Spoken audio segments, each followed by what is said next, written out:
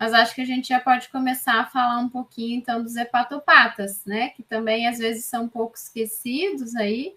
Queria que tu falasse um pouquinho aí desse grupo, né? Se a gente vai considerar só hepatopatas graves, né? Aqueles casos clássicos ou não. E quais vão ser, então, as principais alterações que a gente espera ver nessa população? O paciente hepatopata, boa parte das vezes ele é esquecido mesmo, né? A gente está preocupado com a infecção, quer controlar, mas a gente esquece aí da questão da função hepática. A nossa vantagem, né, eu digo nossa, né, do ponto de vista de quem cuida de antibióticos, é que são poucos os antibióticos que são de metabolismo hepático. Então, diferente lá dos antirretrovirais, que, nossa senhora, né, deu alguma coisa para fígado, ferrou, tem que ajustar, tudo é proibido, tudo tem evento adverso, né? Os antibióticos, a gente tem uma tranquilidade maior, né? São poucos os antibióticos que são lipofílicos e necessitam de metabolismo hepático para serem transformados em drogas hidrofílicas, né? Os seus metabólitos, e aí sim eliminados pelo rim. É para isso que serve o fígado, né? Então, por exemplo, os macrolídeos, as tetraciclinas, elas têm essa característica. Então, são drogas que a gente tenta não utilizá-las. Então, são drogas que têm metabolismo hepático, a gente tenta não utilizar. Agora, né, qual que é o problema do paciente hepatopata grave? Eu acho que um dos mais importantes é que é um paciente que tem albumina sérica baixa. E aí é um paciente que a gente tem que ter atenção, né, para ajuste da dose, inclusive para mais. E as drogas que a gente mais pensa que precisam de ajuste são aquelas drogas que têm mais de 70% de ligação a proteínas, ligação à albumina. Tá? Então, quais seriam essas drogas? Eu acho que a primeira, que é um dos antibióticos mais utilizados na prática clínica, que é a ceftriaxona, tá? Oxacilina tem mais de 90% de ligação proteica, tá? A daptomicina também tem uma alta ligação proteica. Cefazolina tem 90% de ligação proteica, tá? Eu acho que esses são os principais, tá? Os outros aí tem menos de 70%, então a gente não precisa se preocupar.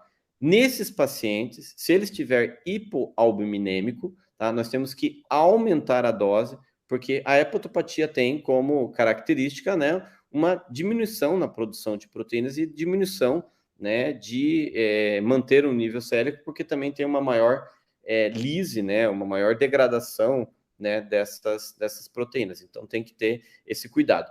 E são poucos os antibióticos que a gente precisa de ajuste para hepatopatia. Tá? Em geral, você tem que ter atenção que no paciente hepatopata grave, o que acaba acontecendo é não use muito mais do que ajuste a dose, tá? Porque, em geral, você tem uma alternativa para esse paciente. E aí você troca a droga, ao invés de fazer um ajuste baseando-se no metabolismo. E a pergunta é, qual grau que está essa cirrose?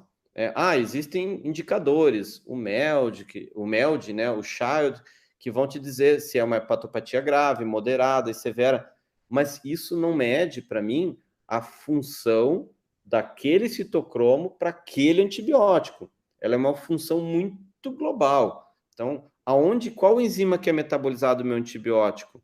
Essa enzima, como é que ela está funcionando? Não tem essa resposta. Então, em geral, não use e troque por uma droga alternativa, senão vai dar caca, né? Você tentar ajustar baseado em gravidade. Então, classifique a gravidade da sua cirrose, né? Ou melhor, da cirrose do seu paciente, né? E evite as drogas conforme a sua classificação. Então, todas as drogas têm lá. Então, um chá de C, né? Poxa, eu vou usar amoxicilina. Se eu usar a dose de amoxicilina, né, 500 de 8 em 8, não vai ter muito problema. Agora, se eu quiser fazer uma dose maior de amoxicilina, cuidado, né? Ela tem aí 30% de metabolização, pode ser que acumule droga, embora ela seja aí 70% excretada na urina, tá? Então, são observações que chegou hepatopata, vai prescrever um antibiótico, cheque se ela não é contraindicada para os pacientes com cirrose e cheque a albumina, porque tem que verificar se você não precisa aumentar a dose do antibiótico para o hepatopata, tá? Isso é bem importante.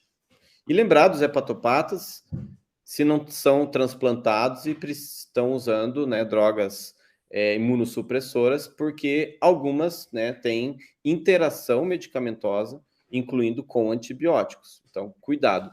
E já vou dar um combo aqui que nós temos que ter atenção, que o paciente hepatopata, ele tem maior risco de nefropatia, tá? Então, cuidado também em drogas nefrotóxicas nos pacientes hepatopatas, porque eles são mais sensíveis, então eles têm maior chance de fazer insuficiência renal. Então, cuidado, né, com vancomicina, com piperacilina, tazobactam, com os aminoglicosídeos nesses pacientes para evitar a nefrotoxicidade, que é um fator de risco clássico, tá? Se vocês pegarem os artigos lá que avaliam gravidade, a cirrose sempre entra, e risco de nefrotoxicidade, os pacientes cirróticos sempre entram aí como um fator de risco independente e não modificável, né? Eu não consigo mudar o fígado do meu paciente, né?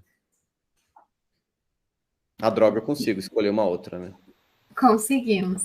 E pensando no raciocínio inverso, tá? O paciente que não é hepatopata, tem antibióticos ou antifúngicos que a gente sabe que a gente vai ter que monitorar a função hepática porque causam uma hepatotoxicidade mais significativa do que uma nefrotoxicidade, por exemplo?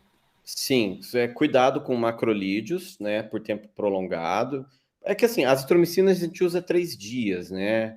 Então não há necessidade. Claritromicina também a gente usa 5 a 7 dias, não traz intoxicidade.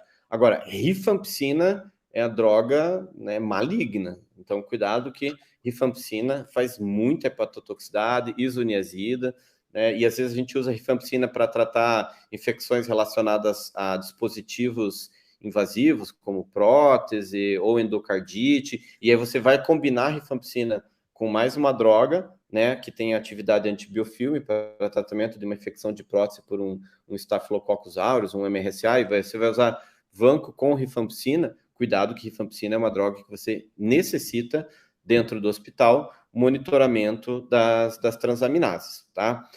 Os azólicos, né, como, por exemplo, o fluconazol, embora quando a gente fala em antifúngico e lembre de azólicos, são metabolizados no fígado, tem que acompanhar a função hepática. O fluconazol ele é muito pouco, dentro dos azólicos, hepatotóxico, ele é um dos menos hepatotóxicos, tá? Já o itraconazol e o voriconazol é obrigatória, né, o cuidado, né, das enzimas hepáticas. Não é função, né, é atividade inflamatória, TGO e TGP, ou ALT e AST. Porque o voriconazol, 15% deles fazem hepatotoxicidade e necessitando, inclusive, de mudança, né, de droga, e aí você vai ter que ir para uma anfotericina e com seus riscos de nefrotoxicidade. Então tem que ter cuidado, por isso que o voriconazol tem que fazer monitoramento hepático e nível sérico, né, para evitar tanto toxicidade quanto também verificar se você está alcançando alvo terapêutico. Acho que esses são os grupos aí mais importantes nos pacientes com cirrose, né, a necessidade de cuidado. Droga que também eu acho muito interessante, que a gente usa muito nesses pacientes e acaba esquecendo, é o metronidazol, tá? Então, cuidado que o metronidazol também, né, nos pacientes com cirrose, pode fazer acúmulo e pode fazer intoxicação, principalmente náusea, vômitos, né, diarreia, alteração comportamental. Então, tem que ter cuidado com o metronidazol nesses pacientes.